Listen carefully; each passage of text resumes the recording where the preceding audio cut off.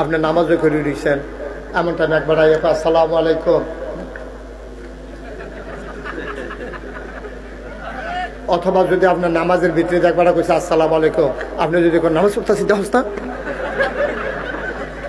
এই কথা কোন দেব? অথবা আপনি আল্লাহু আকবার আপনি নিয়ত মানছেন, এই টাইমে যদি একজনে আইয়া সালাম দেয় আসসালামু আলাইকুম, কোনটাই করণ দেখে না। দেখছে সালামের জবাব দেওয়া কি কথা কয় না, সালামের জবাব দেওয়া কি নামাজের ভিতরে না, নামাজের ভিতরে না। এই ওয়াজিব বারে বাদ দিয়ে লাউন লাগবে, কারণ আপনি নামাজ পড়তে আছে। কি কথা কইছে নবীজি, আন তা'বুদাল্লাহ কাআন্নাকা তারাহু ফাইন লাম তাকুন তারাহু ফাইন্নাহু ইয়ারা। এমন ভাবে তুমি নামাজ পড়ো যেন তুমি তোমার আল্লাহরে দেখতেছ।